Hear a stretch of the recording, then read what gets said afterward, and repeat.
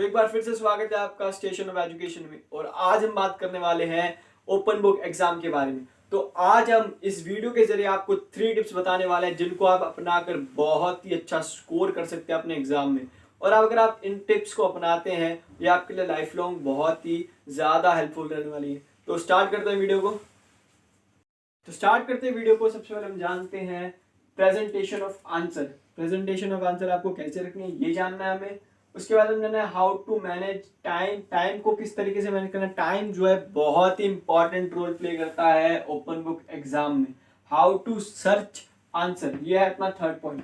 ये जो चारों जो क्वेश्चन है इसके आंसर मैं आपको देने वाला हूँ और आपको समझाने वाला हूँ कि कैसे आपको ये पूरा का पूरा जो फोकस इन 3 चीज़ों पर करके आप एक फुल आप आपको एक मैं कह सकते हैं कि आप अच्छा स्कोर कर सकते हैं। आप मतलब बेहतर परफॉर्मेंस ला सकते हैं ना इन जो 3 टिप्स को अपनाकर अपने एग्जाम में। तो इन टिप्स पर आप फोकस कीजिएगा तो अपने एग्जाम में ज़रूर ट्राई कीजिएगा। तो सबसे पहले प्रेजेंटेशन ऑफ आंसर में आती है भूमिका। भूमिका लिखने का तरीका ये होता है कि कोई भी आपको आंसर बता रखा है, जैसे कि फॉर एग्जांपल आपको बता रखा है पॉलिटिकल साइंस का टॉपिक लेते हैं हम, राजनीतिक सिद्धांत के बारे में पूछा उन्होंने। अगर आपको राजनीतिक सिद्धांत के बारे में पूछे तो आपको सिंपली उसको एक्सप्लेन करना अपने वर्ड्स में कि राजनीतिक सिद्धांत होता क्या है। अगर आपको ये जो भूमिका है आपको इसको अपने क्वेश्चन के अकॉर्डिंग लिखना है।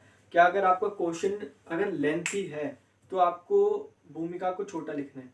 अगर आपका क्वेश्चन जो है शॉर्ट है, फॉर एग्जांपल आपके क्वेश्चन में ज़्यादा पूछ नहीं रखा, जैसे कि आपको पूछा राजनीतिक सिद्धांत क्या है उसके महत्व क्या है, इसमें आप ज़्यादा क्या लिख सकते हो, उसके महत्व लिख सकते हो, सिद्धांत के बारे में लिख सकते हो और कुछ नहीं लिख सकते इसके बारे में आप। और अगर आपको अपना जो भूमिका अगर आपको बढ़ानी है तो आपको अगर आंसर लंबा करना है, अपने वर्ड्स को बढ़ाना है तो आपको भूमिका लंबी लिखनी पड़ेगी। और भूमिका लिखने का, परिचय लिखने का सिंपल सा फंडा है उस टॉपिक के बारे में, उस सिद्धांत, जैसे आपकी स्टार्टिंग जैसे राजनीतिक सिद्धांत क्या है तो पहले सबसे पहले ये बोले कि राजनीतिक सिद्धांत को समझने के लिए पहले अपने आपको सबसे पहले हमें सिद्धांत को समझना पड़ेगा। तो सिद्धांत के पहले व्याख्या कीजिए, फिर उसके बाद राजनीति के बारे में आइए, इस तरीके से आप जो व्याख्या कीजिए, फिर उसके बाद बताइए कि राजनीतिक सिद्धांत है क्या।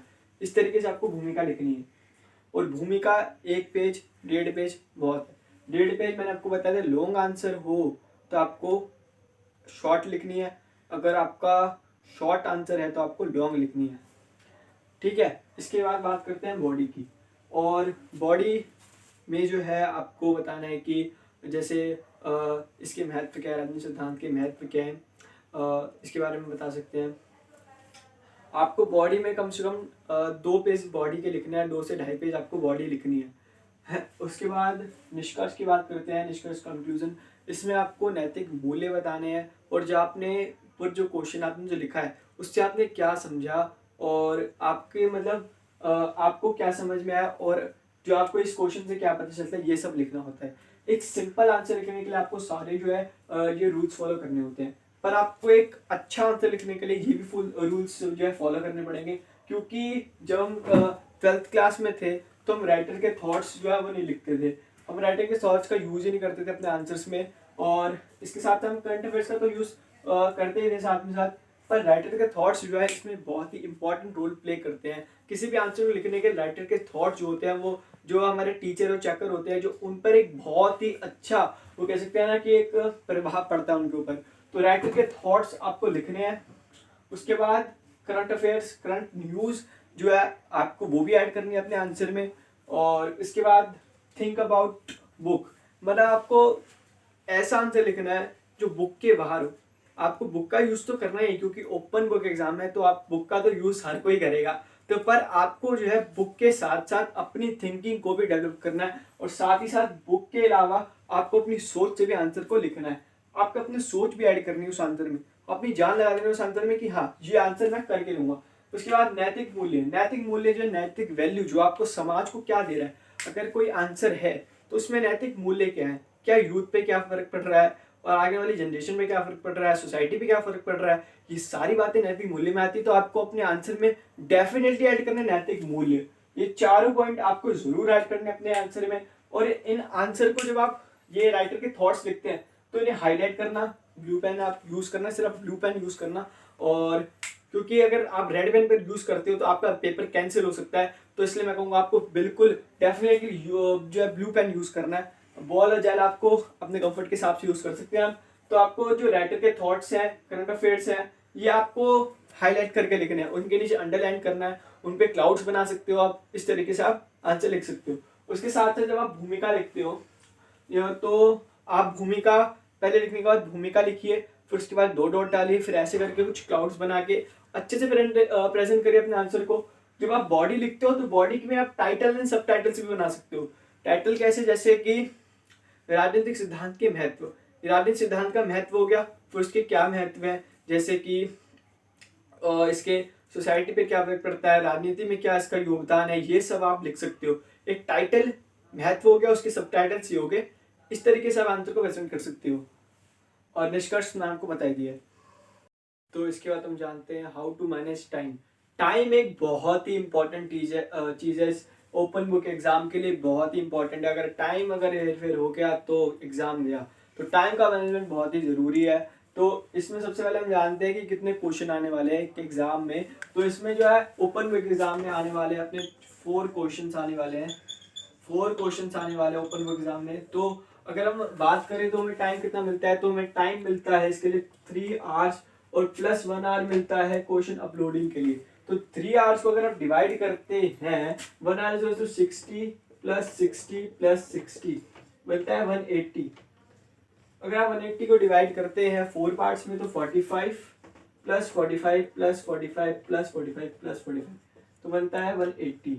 इस तरीके से आप डिवाइड कर सकते हैं। मतलब आपको एक आंसर लिखने के लिए 45 मिनट्स मिलेंगे। तो आपको क्या करना है, आपको अपना आंसर लिखना है 45 मिनट्स में, वो भी बुक की मदद से।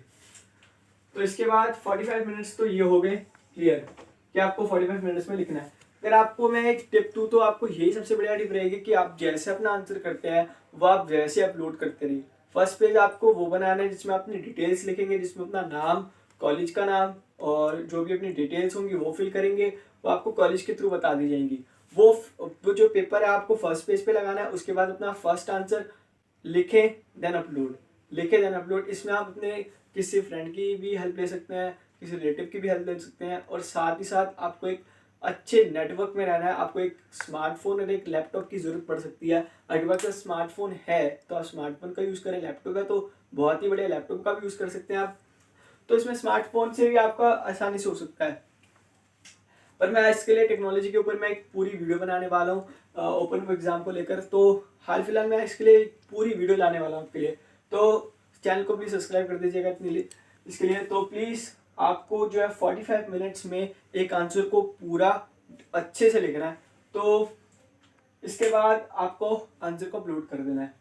उसके बाद हम जानते हैं हाउ टू सर्च आंसर। आपको आंसर कैसे सर्च करना है, तो एक बहुत ही इंपॉर्टेंट टॉपिक है। क्योंकि अगर आपको आंसर नहीं मिलेगा तो आप कैसे लिखोगे आंसर। तो सर्च करना आंसर बहुत ही इंपॉर्टेंट है और इसमें सबसे ज़्यादा टाइम जाता है, सबसे ज़्यादा टाइम आंसर सर्चिंग के लिए जाता है।